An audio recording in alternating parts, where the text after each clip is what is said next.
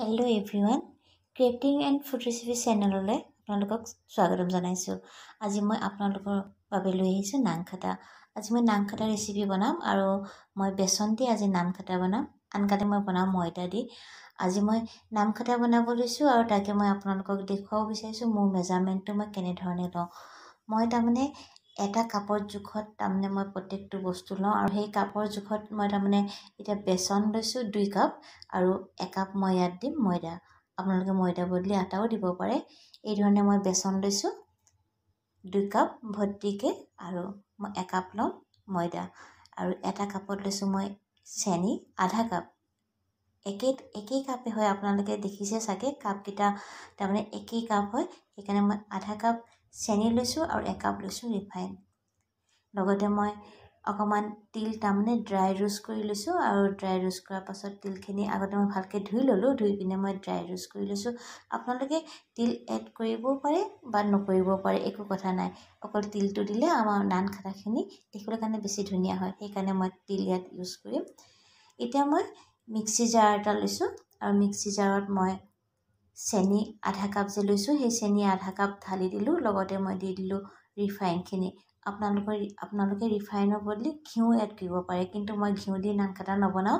বহুতে ঘিউ দি নানখাটা বনায়, কিন্তু এই ধৰণে আপোনালোকে এবাৰ বনাই চাবচোন। নানখাটাকেইখন ইমানেই তাৰমানে টেষ্টি হয়, বেকাৰীতকৈও তাৰমানে বেছি টেষ্টি বুলি মই ক'ম।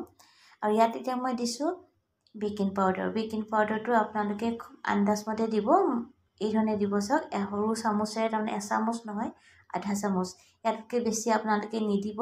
ইয়াতকৈ বেছি দিলে আমাৰ নানখাটাখিনি খাবলৈ কাৰণে অলপ বেয়া লাগিব, তাৰমানে অলপ আমাৰ মুখত ধৰিব। সেইকাৰণে এই এই তাৰমানে বেকিং পাউডাৰ মেজাৰমেণ্টটো খুব ভাল হ'ব লাগে। এই ধৰণে মই মিক্সি জাৰত দি পিনে মই এই ধৰণে গ্ৰাইণ্ড কৰি ল'লোঁ।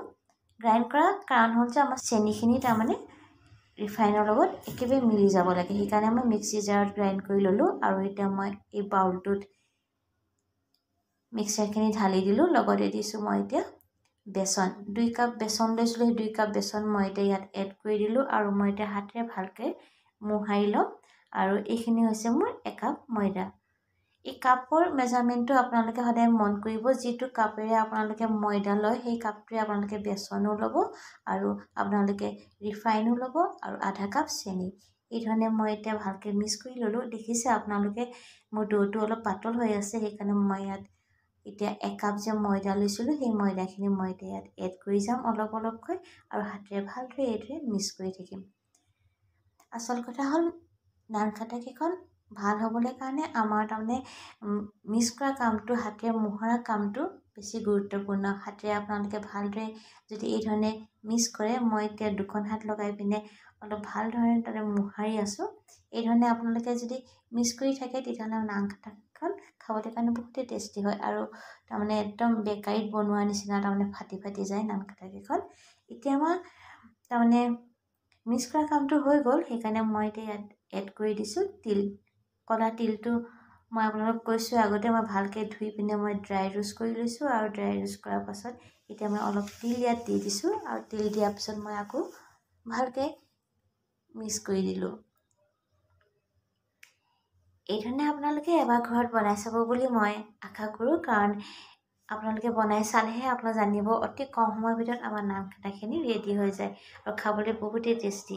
এতিয়া হাতত এইদৰে লৈ পিনে মই নানখাটাকেইখন এতিয়া বনাইছোঁ আৰু বনাই পিনে থৈ যাম। তাৰপাছতে মই অভেনত বেক কৰিম। আৰু আজিকালি ইমানেই কাৰেণ্ট যায় নহয় জানো, অভেনত বেক কৰা তাৰমানে আজিকালি ভয়ে লাগে। কেক এটা বনাব গ'লেও তাৰমানে আমাৰ কেকটো পটককৈ যদি কাৰেণ্ট গুচি যায়গৈ আমাৰ কেকটো তাৰমানে বেয়া হয়। সেই আপোনালোকক মই দেখুৱাইছোঁ নানখাটাকেইখন চাওক, আপোনালোকে এইটো চাইজতে বনাব আৰু অলপ ডাঠকৈ বনাব।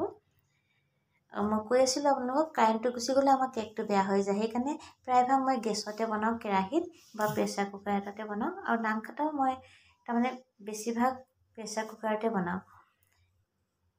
এয়া আমাৰ নানখাটাখিনি হৈ গ'ল, তাৰমানে বনালোঁ। এতিয়া মই ট্ৰে এখন লৈ আনিছোঁ আৰু এতিয়া মই দি দিম অভেনত। অভেনত দিবলৈ কাৰণে এই ধৰণে মই এতিয়া নানখাটাখিনি অভেনত দিছোঁ। বৰ বেছি টাইম নালাগে 10 মিনিটৰ কাৰণে মই টাইমটো মিলাই দিছোঁ 10 মিনিট আমাৰ নাংখাটাখিনি ৰেডি হৈ যাব এয়া চাওক নাংখাটাখন তাৰমানে বহুতে আগত তাৰমানে ফুলি গ'ল আৰু আপোনালোকে দেখিছে চাগে ইমান ধুনীয়াকৈ ফাটি গৈছে নহয় জানো এয়া আমাৰ নাংখাটাখন ৰেডি হৈ গ'ল তাকে মই আপোনালোকক প্লেটত উলিয়াই পিনে দেখুৱাইছোঁ আপোনালোকে নিশ্চয় দেখি গম পাইছে নাংখাটাখন তাৰমানে ইমানেই ধুনীয়া হৈছে দেখিবলৈ কাৰণে তাতে মই তিল দিছোঁ যে ওপৰত তিলখিনি ওলাই পৰিছে আৰু নাংখাটাখন একেবাৰে ফাটি গৈছে আপোনালোকে চাব পাৰে একদম ফাটি গৈছে নাংখাটাখন আৰু খাবলৈতো বহুতেই টেষ্টি একেবাৰে মচমচীয়া হয় সেয়ে মই আপোনালোকলৈ অনুৰোধ থাকিল আপোনালোকে এইটো মেজাৰমেণ্টত যদি নাংখাটা বনায় তেতিয়াহ'লে আপোনালোকে নিশ্চয় ভাল পাব খায়ো বহুত টেষ্টি পাব আজি এটা সৰু ভিডিঅ' আপোনালোকৰ লগত শ্বেয়াৰ কৰিলোঁ নাংখাটা ৰেচিপি আপোনালোকে যদি মোৰ ভিডিঅ'টো চাই ভাল পাইছে তেতিয়া নিশ্চয় এটা লাইক কৰিব কমেণ্ট কৰিব আৰু যিসকল নতুন ভিউ আছে মোৰ চেনেলটো চাইছে তেওঁলোকক মই ৰিকুৱেষ্ট কৰোঁ তেওঁলোকে যাতে মোৰ চেনেলটো ছাবস্ক্ৰাইব কৰে